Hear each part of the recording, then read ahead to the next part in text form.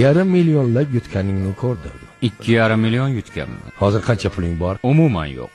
2,5 million dollar yutganda har qanday ahmoq ham buni nima qilish kerakligini biladi. 25 yillik kafolati bilan uy sotib olasan.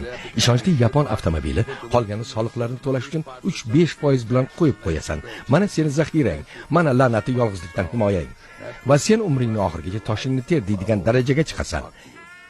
Kimdir nimanidir so'rasa toshingni ter. Boshqani jahli chiqdimi, toshingni ter. Vaziyatning qanchalar jiddiyligini anglayapsan deb umid qilaman.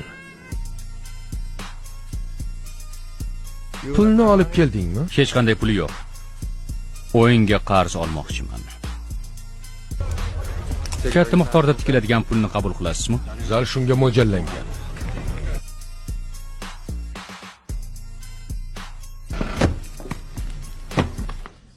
Hammasi qoraga.